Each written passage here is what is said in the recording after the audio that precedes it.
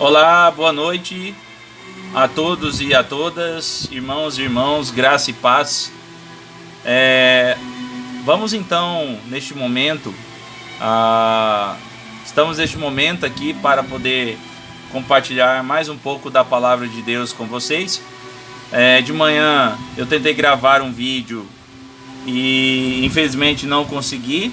O programa que eu tentei gravar, o KineMaster, acabou dando alguns erros técnicos e eu estou tentando aqui mais uma vez pelo YouTube para poder fazer o carregamento do vídeo e mandar o link para que nos grupos, né?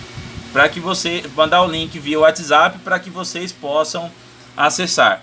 E ao mesmo tempo eu estou realizando a gravação em áudio. Caso a de vídeo não dê certo, pelo menos a de áudio estará aqui funcionando e vocês conseguirão ouvir a mensagem apresentada nesse momento. Então, o que eu quero compartilhar com vocês hoje, nessa noite, está lá no Evangelho segundo João, capítulo 20, versos, todo o capítulo, tá? Então nós meditaremos sobre esse maravilhoso fenômeno que foi a ressurreição do Senhor Jesus Cristo, na grandiosa obra do Evangelho segundo João, capítulo 20. Então vamos lá. No primeiro dia da semana, Maria Madalena foi ao sepulcro de madrugada, sendo ainda escuro, e viu que a pedra estava revolvida. Então correu e foi ter com Simão Pedro, e com outro discípulo, a quem Jesus amava, e disse-lhes: Tiraram do sepulcro o Senhor, e não sabemos onde o puseram. Saiu, pois, Pedro e o outro discípulo e foram ao sepulcro. Ambos corriam juntos, mas o outro discípulo correu mais depressa do que Pedro e chegou primeiro ao sepulcro. E, abaixando-se, viu os lençóis de linho, todavia não entrou. Então Simão Pedro, seguindo, também chegou e entrou no sepulcro. Ele também viu os lençóis. Ele também viu os lençóis e o lenço que estivera sobre a cabeça de Jesus, e que não estava com os lençóis, mas deixado num lugar à parte. Então entrou também o outro discípulo, que chegara primeiro ao sepulcro, e viu e creu, pois ainda não tinham compreendido a Escritura, que era necessário ressuscitar dentre os mortos. Então voltaram os discípulos outra vez para sua casa. Maria, entretanto, permanecia junto à entrada do túmulo, chorando. Enquanto chorava, abaixou-se e olhou para dentro do túmulo, e viu 2 anjos vestidos de branco, sentados onde o corpo de Jesus fora posto, um à cabeceira e outro aos pés. Então eles lhe perguntaram: Por que choras? Mulher, por que choras? Ela lhes respondeu: Porque levaram o meu Senhor e não sei onde o puseram. Tendo dito isto, voltou-se para trás e viu Jesus em pé, mas não reconheceu que era Jesus. Perguntou-lhe Jesus: Mulher, por que choras? A quem procuras? Ela, supondo ser ele o jardineiro, respondeu: Senhor, se tu o tiraste, dize-me onde o puseste e eu o levarei. Disse-lhe Jesus: Maria. Ela, voltando-se, lhe disse, em hebraico, Rabone, que quer dizer mestre. Recomendou-lhe Jesus: Não me detenhas, porque ainda não subi para meu Pai, mas vai ter com meus irmãos e dize-lhes: Subo para meu Pai e vosso Pai, para meu Deus e vosso Deus. Então saiu Maria Madalena, anunciando aos discípulos: Vi o Senhor, e contava que ele lhe dissera essas coisas. Ao cair da tarde daquele dia, o primeiro da semana, trancadas as portas da casa onde estavam os discípulos, com medo dos judeus, veio Jesus, pôs-se no meio e disse-lhes: Paz seja convosco. E, dizendo isto, lhes mostrou as mãos e o lado. Alegraram-se, portanto, os discípulos ao verem o Senhor. Disse-lhes, pois, Jesus outra vez: Paz seja convosco. Assim como o Pai me enviou, eu também vos envio. E, havendo dito isto, soprou sobre eles e disse: recebei o Espírito Santo. Se de alguns perdoardes os pecados, serão-lhe perdoados, e se lhes retiverdes, serão retidos. Ora, Tomé, um dos 12, chamado Dídimo, não estava com eles quando veio Jesus. Disseram-lhe então os outros discípulos: vimos o Senhor. Mas ele respondeu: se eu não vir nas suas mãos o sinal dos cravos, e ali não puser o dedo, e não puser a mão no seu lado, de modo algum acreditarei. Passados 8 dias, estavam outra vez reunidos os seus discípulos, e Tomé com eles. Estando as portas trancadas, veio Jesus, pôs-se no meio deles, e disse-lhes: paz seja convosco. E logo disse a Tomé: põe aqui o dedo e vê as minhas mãos. Chega também a mão e põe-na do meu lado. Não sejas incrédulo, mas crente. Respondeu-lhe Tomé: Senhor meu e Deus meu. Disse-lhe Jesus: porque viste e creste? Bem-aventurados os que não viram e creram. Na verdade, fez Jesus diante dos discípulos muitos outros sinais que não estão escritos neste livro. Estes, porém, foram registrados para que creiais que Jesus é o Cristo, o Filho de Deus, e para que, crendo, tenhais vida em seu nome. Então vamos orar nesse instante. Senhor Deus, ilumina-nos para que possamos compreender e aplicar a tua palavra em nossos corações, em nome do Senhor Jesus. Amém. Hoje nós estamos então relembrando a Páscoa, o verdadeiro sentido da Páscoa, que é justamente o sacrifício de Jesus na cruz do Calvário, numa sexta-feira, e a sua ressurreição ao terceiro dia, que ocorreu no primeiro dia da semana. Nós percebemos que João, ele mostra as testemunhas que presenciaram o sepulcro revolvido. Uma coisa interessante que nós podemos perceber é que o túmulo que Jesus foi enterrado era um túmulo novo, que fora comprado por um dos seus seguidores, José de Arimateia, um homem rico, cristão, né, que havia convertido ao Evangelho, então um dos grandes apoiadores do ministério terreno de Jesus. Ele comprou esse sepulcro e pediu a Pilatos, conforme está no capítulo anterior, autorização para preparar o corpo de Jesus, tirá-lo da cruz, preparar o seu corpo e sepultá-lo de acordo com os rituais necessários para sepultar alguém que havia falecido. E uma das coisas e o que nós podemos perceber é que havia então passado o sábado e era o primeiro dia da semana. E a Maria Madalena, com outras mulheres, vão até o sepulcro. Só que elas se deparam com uma situação não esperada, que é a pedra do sepulcro está revolvida. E aí então elas voltam, contam aos discípulos, aí Lucas fala que os anjos as mandam contar aos discípulos o que estava acontecendo. Pedro e o discípulo amado, que provavelmente seja João, é o que se aceita usualmente a tradição cristã, foram até lá, e o discípulo amado chegou apenas na porta do sepulcro e não entrou. Mas Pedro entrou e constatou que o corpo de Jesus não estava lá. O discípulo amado, por sua vez, entrou e o texto fala que ele viu e creu.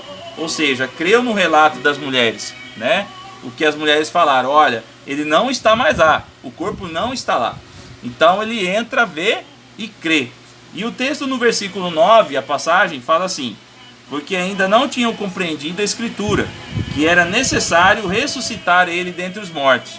Ou seja, Jesus já havia anunciado isso inúmeras vezes para eles, que o Antigo Testamento, ou seja, as Escrituras, no caso, como João menciona aqui, é o Antigo Testamento,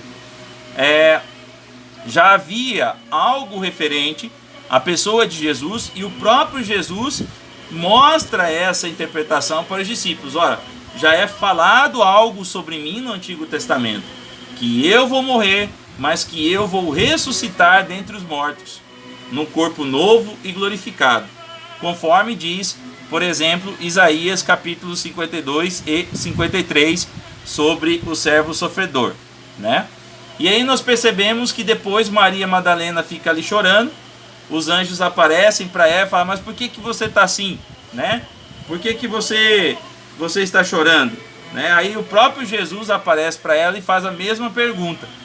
E até então Maria não havia reconhecido Jesus, a não ser quando ela só o reconheceu quando ele a chama carinhosamente, Maria, né? Então ela percebeu que se referia a Jesus, e Jesus dá uma incumbência a ela, a tarefa de comunicar aos seus discípulos que Jesus estaria com eles. Jesus aparece com eles, vai até onde eles estão, se manifesta de maneira sobrenatural até eles, as portas trancadas, ele surge no meio dos discípulos, e ele comprova aos discípulos que é ele, porque lá em Mateus ele diz, olha, não se assustem, eu não sou nenhum fantasma, porque o fantasma não tem carne e ossos como eu, podem apalpar, podem ver. E aí Jesus mostra o sinal dos cravos na sua mão e nos seus pés, e o sinal da lança que foi cravada no seu lado, para verificar se ele estava, constatar se ele havia morrido ou não naquele período, naquele momento em que ele fora crucificado. Os discípulos se alegraram, Jesus então os abençoa, derramando sobre eles o Espírito Santo, e aí nós vemos que Jesus praticamente lhes passa a responsabilidade de continuarem o seu trabalho, a sua obra, conforme nós podemos ver na obra de Lucas em Atos. Aí em seguida nós vemos que Tomé não estava com os discípulos. E aí ele fala, olha, vocês estão falando que vimos o Senhor. Tá, legal, vocês viram, mas eu não vi. E eu quero comprovar se de fato a pessoa que apareceu para vocês é o Senhor Jesus. Então qual é a prova? Eu quero ver, quero pôr o dedo no sinal dos cravos e no lado, senão eu não vou acreditar. Aí Jesus então aparece novamente no meio deles, as portas trancadas, diz o texto, ou seja, foi uma manifestação sobrenatural. Lembre-se que Jesus aqui, ressuscitado, estava no novo corpo, um corpo glorificado, um corpo transformado, não é um corpo mortal mais, né? Não é um corpo suscetível aos sofrimentos costumeiros, ou aos sofrimentos que o ser humano normal tende a passar, mas Jesus está no corpo glorificado, e esse corpo glorificado é um corpo em que a possibilidade de sofrimentos, a possibilidade de cansaço, de esgotamento não existe, que é justamente o corpo prometido por Jesus para o seu povo quando estes ressuscitarem na segunda e gloriosa vinda dele.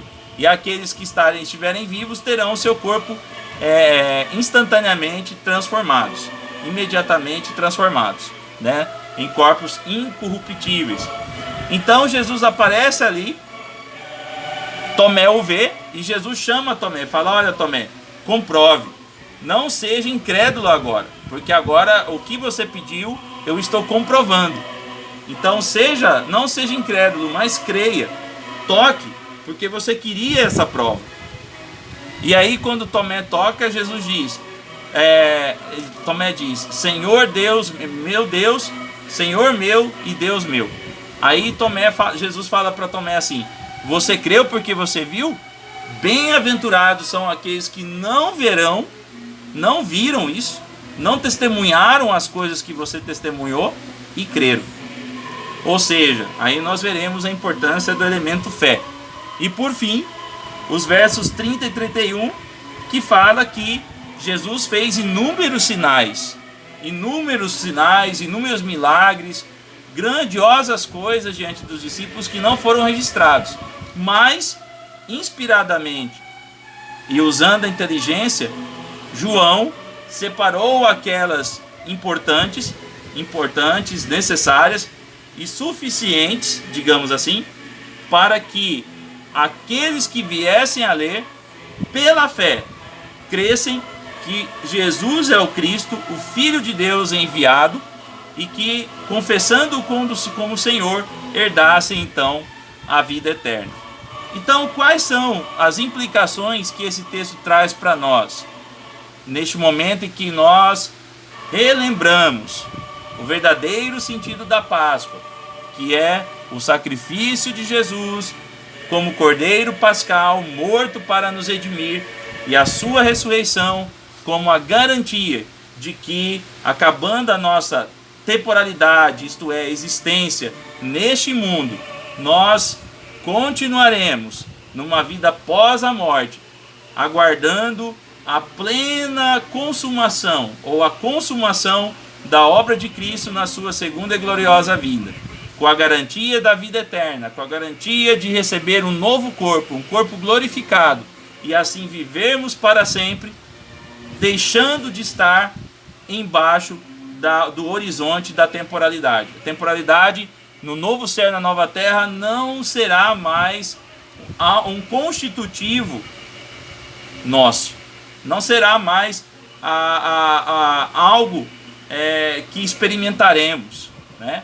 Porque aí na Nova Jerusalém, no novo céu e na nova terra, nós estaremos num corpo em que não sofreremos os efeitos da temporalidade, né? E não teremos essa questão da temporalidade no sentido como finita, mas viveremos eternamente. Ou seja, essa questão, estaremos transcendendo em Cristo a questão do tempo. Claro que não no sentido eterno, essencialmente como é o Senhor Jesus, como é Deus Pai e Deus Espírito Santo. A questão da temporalidade como algo finito já não será mais realidade na vida do cristão. E aí, quais são as implicações disso para a nossa vida? Dessa mensagem que nos é apresentada no capítulo 20 do Evangelho de João. A primeira coisa que nós vamos perceber é que o fato de nós guardarmos o domingo, de nós cultuarmos a Cristo no domingo, de nós separarmos o domingo como o dia para podermos nos reunir em comunidade cristã e adorarmos ao Senhor, é justamente pelo marco do fenômeno da ressurreição de Cristo. Então, a tradição cristã resolveu transferir a guarda do sábado para o domingo, justamente pelo fato do fenômeno da ressurreição de Cristo, que ocorreu no primeiro dia da semana. E também porque grandes acontecimentos na vida dos apóstolos, que foram testemunhas oculares, que é pelo ensino apostólico que Cristo é apresentado como a base fundamental do cristianismo. Ocorreram esses grandes eventos, essas situações importantes, elas ocorreram justamente no primeiro dia da semana. Então, pela tradição cristã, é que, considerando a ressurreição ocorrida no primeiro dia da semana e eventos importantes referentes aos apóstolos terem acontecido no primeiro dia da semana, como o aparecimento de Cristo diante deles e outras coisas mais, é que se guarda o domingo. Então, ou seja, trabalhamos de segunda a sábado e o cristão no domingo, então, separa como o sétimo dia, o dia de descanso, para poder cultuar ao Senhor. Esse é um ponto. O segundo ponto importante é as testemunhas oculares, a importância do uso do sentido da visão aqui. A Bíblia, quando ela fala de testemunhas, ela justamente está falando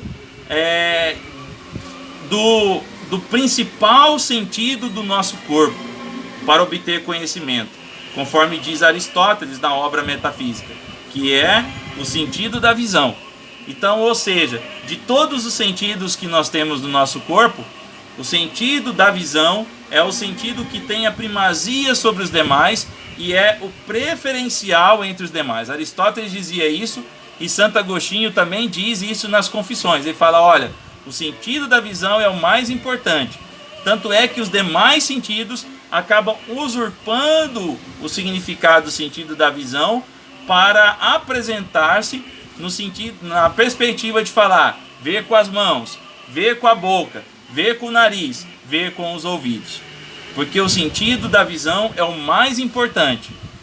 E aí justamente nós percebemos que João, bem mais que os outros evangelhos, não que Mateus, Marcos e Lucas não façam isso, mas João faz questão de frisar que os apóstolos e os seguidores, demais seguidores de Jesus, eles foram testemunhas oculares de tudo o que aconteceu. Eles testemunharam, eles viram. Por isso que nós vemos que no capítulo 20 fala: nós vimos o sepulcro aberto. As mulheres: nós vimos o Senhor. Os discípulos, companheiros de Tomé: vimos o Senhor. Tomé fala: se eu não ver, né? Jesus fala: venha e veja. Então, ou seja, nós percebemos a importância dos apóstolos serem testemunhas oculares. E aí, com base no ensino apostólico, que testemunharam, que viram tudo que Jesus fez e realizou, é que é registrado nas Escrituras. E nós que não vimos, recebemos e tomamos posse pela fé. E aí nós percebemos que todos os apóstolos, e Paulo é incluso aí, eles viram, eles foram testemunhas, eles viram realizações e atos grandiosos que o Senhor Jesus fez. Paulo diz que ele viu a fora de tempo, porque ele viu o Senhor Jesus ressuscitado. Ele teve essa visão de Jesus quando ele estava estudando e crescendo para poder, sendo preparado para poder ir anunciar o evangelho aos gentios. E aí nós temos o próprio João que fala: olha, o que nas epístolas, o que nossas mãos apalparam, o que os nossos olhos viram, o que os nossos ouvidos ouviram a respeito do verbo da vida e o que as nossas mãos apalparam. Então o sentido da visão vem em primazia, vem em primeiro lugar. Então a ênfase de João é sempre deixar claro: os discípulos viram, eles viram a Jesus, eles viram toda a manifestação da obra de Jesus, da grandeza, da glória de Jesus. Foi manifesto, foi desvelado. Deus foi desocultado na pessoa de Jesus. Deus foi desvelado. A verdade, que é a própria pessoa de Jesus, foi desvelada nele mesmo. Então tudo isso os apóstolos viram e são testemunhas oculares. E aí entra um terceiro ponto importante. Nós que não vimos, é o elemento fé que nos faz acreditar que todos esses testemunhos registrados nos evangelhos e os ensinos que os apóstolos deixaram são verdadeiros. Então é pela fé que nós tomamos posse. Por isso que Jesus fala: você viu e creu, muito mais bem-aventurados são aqueles que não viram, mas eles creem no testemunho de vocês e crerão no testemunho de vocês. Então, por essa razão, nós que não vimos e recebemos o ensino apostólico, é pela fé que nós tomamos posse desse ensinamento, guardamos em nossos corações e reconhecemos que esse ensino, que refere-se à grandiosa obra que o Senhor Jesus fez, é de fato verdadeira, né? Então isso é muito importante que nós tenhamos em mente. Então esses são os princípios importantes que eu deixo aqui para vocês, essas implicações, e o que isso tem a ver com a minha vida e a sua. Ora, nós fomos alcançados, né? Alguém um dia pregou a mensagem do Evangelho, apresentando todo esse conteúdo que eu falei para vocês. Nós, pela fé, fomos tocados por essa mensagem, crendo que ela é verdadeira, e assim confessamos a Cristo como nosso Salvador, recebendo então a salvação, sendo redimidos, sendo perdoados por Deus, compreendendo esse perdão e recebendo esse perdão, tomando posse desse perdão de Deus em nossas vidas, e assim em Cristo somos então livres, temos a abertura para nos aproximarmos de Deus em amor. Então toda a obra de Cristo, ela pode ser resumida em amor e liberdade. Amor sacrificial de Cristo por nós, e amor que nos habilita a amar, pela possibilidade da abertura que nos é dada de nos reaproximarmos a Deus, nos reaproximarmos de Deus, quer dizer, pelos méritos de Cristo, tá? E aí então, diante das situações que nós passamos e que estamos vivendo agora, desse isolamento social, parcial, vertical, total, qualquer um que seja, temos a confiança de que esse Senhor Jesus, Ele está conosco todos os dias, como diz Mateus 28, até a consumação dos séculos. Esse Cristo que morreu por mim e por você, que deu a sua vida, que abraçou a sua própria morte, para que viéssemos a ser redimidos, e compreendendo, e assim fazendo com que não venhamos a temer a morte, quando esta vier nos encontrar, para assim dar fim à nossa temporalidade finita, mas nos dando a esperança de que há vida após a morte, e o momento que nós aguardamos nesse após-morte, a vinda de Cristo, para sermos restaurados, ressuscitados num novo corpo, unidos à nossa alma, e vivermos assim para sempre no novo céu e na nova terra. Então a nossa compreensão de existência aí será plena, total, absoluta, porque seremos perfeitos, seremos plenos. E uma das coisas que não será realidade mais é uma temporalidade finita. Não viveremos mais, a nossa existência não será mais finita, mas ela será permanente e para todo sempre, tá? Então, que Deus possa abençoar a sua vida, que você possa guardar no coração essa mensagem, e neste momento eu quero orar por você. Senhor, nós te agradecemos pelo que o Senhor fez por nós, e que possamos agora guardar essa mensagem em nossos corações. Abençoe aos meus irmãos, que possamos que não venhamos a ser, que não sejamos,